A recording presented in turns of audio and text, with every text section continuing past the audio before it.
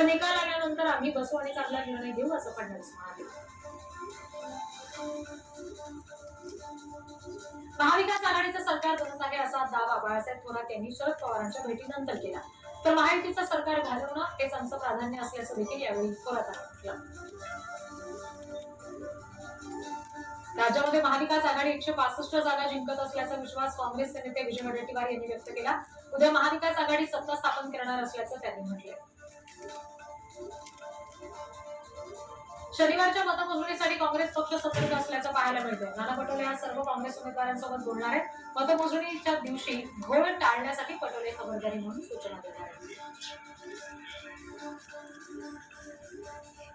आमच्या सर्वेनुसार महाविकास आघाडी सरकार बनणार आहे असा विश्वास नाना पटोले यांनी देखील व्यक्त केला. तर मुख्यमंत्री पदाबाबत हायकमांड निर्णय घेईल असं पटोले म्हणाले. राज्यामध्ये कुणाचंही सरकार आलं तरी ते स्थिर सरकार राहील याची खात्री देता येत नाही असं मोठं वक्तव्य एकनाथ खडसे यांनी केलं. मतदानाच्या शेवटच्या काही तासात आर्थिक व्यवहार झाले, त्यामुळे लाडकी बहीण योजना यासह अनेक मुद्दे मागे पडले असा दावा खडसे यांनी केला. विधानसभा निवडणुकीच्या निकालाआधीच बारामती तालुक्यामध्ये अजित पवारांच्या मुख्यमंत्री पदाचे बॅनर लागले. बारामती तालुक्यातील सुपेमध्ये अजित पवारांच्या भावी मुख्यमंत्री पदासंदर्भातले उल्लेख करणारे बॅनर लावले गेले. भाजपवर जनतेने टाकलेला विश्वास 23 तारखेला दिसणार अशी प्रतिक्रिया कणकवली मतदारसंघाचे माहितीचे उमेदवार नितेश राणे यांनी दिलेली आहे. तर यंदा कोण बाजी मारणार याकडे सगळ्यांचंच लक्ष आहे. राज्यामध्ये महायुतीत सत्तेवर येणार असल्याचा दावा खासदार उदयनराजे भोसले यांनी केला. यंदा शिवेंद्रराजे विक्रमी मताधिक्याने निवडून येतील असा विश्वासही त्यांनी व्यक्त केला. आमच्याशिवाय कोणाचंही सरकार स्थापन होणार नाही. राज्यामध्ये महाशक्तीच्या 15 ते 20 जागा येतील असं वक्तव्य बच्चू कडू यांनी केलं. तर आम्ही कोणाला पाठिंबा देणार नसून मोठ्या पक्षाचा पाठिंबा देऊ असं बच्चू कडू म्हणाले. राज्यामध्ये तरुणांनी बेरोजगारीमुळे भाजपला नाकारलं असं म्हणत नाना पटोले यांनी फडणवीसांवर टीका केली. तर तरुणांच्या मतदानाची टक्केवारी वाढली, त्यामुळे कौल महाविकास आघाडीकडे असेल असं पटोले म्हणाले. नाशिकमधील नांदगावमध्ये सुहास कांदे आणि जगन भुजबळ यांच्या विरुद्ध स्वतंत्र 10 गुन्हे दाखल करण्यात आले. दोघांवरही आचारसंहिता भंगाचे वेगवेगळे गुन्हे दाखल झाले. मतदानाच्या दिवशी कांदे भुजबळ समर्थकांमध्ये मोठा राडा झाला होता.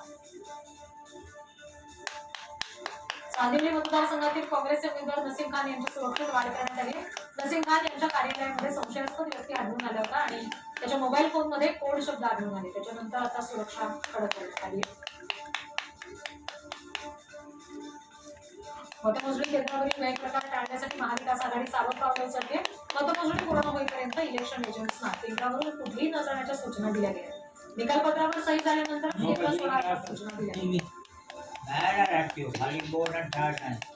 पूर्व विदर्भातील काही मतदारसंघात 74% मतांचा टक्का वाढला. मात्र यंदा लाडक्या बहिणी भाजपच्या परिवर्तनाच्या की महाविकास आघाडीच्या पाठीशी राहतात हे पाहणं महत्त्वाचं आहे. उद्या होणाऱ्या मतमोजणीसाठी प्रशासन तयार असून मुंबईमध्ये सुरक्षेसाठी सर्व मतदान केंद्रांवर मिळून 10,000 पोलीस तैनात केले जाणार आहेत. प्रक्रिया सुरळीतपणे पार पडावी यासाठी प्रत्येक मतमोजणी केंद्रावर कडेकोट बंदोबस्त करण्यात येणार आहे.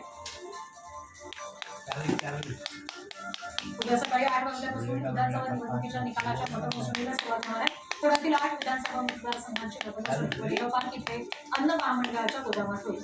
2 दिवसापासून या ठिकाणी मोठी पोलीस सुरक्षा तैनात केली आहे. मावळमध्ये उद्या सकाळी 8 वाजल्यापासून मतमोजणी सुरू होईल. 17 टेबलवर मतमोजणी होणार आहे. 29 फेऱ्यांची प्रक्रिया पूर्ण असेल. नूतन विद्यालयामध्ये चोख पोलीस बंदोबस्तामध्ये स्ट्रॉंग रूमवर सीसीटीव्हीची करडी नजर ठेवत ही सगळी प्रक्रिया पार पडेल.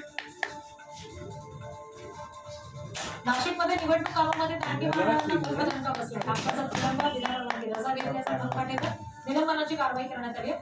9 जणांवर गुन्हा दाखल झालाय. निवडणूक अधिकाऱ्यांनी निलंबनाची कारवाई केली आहे.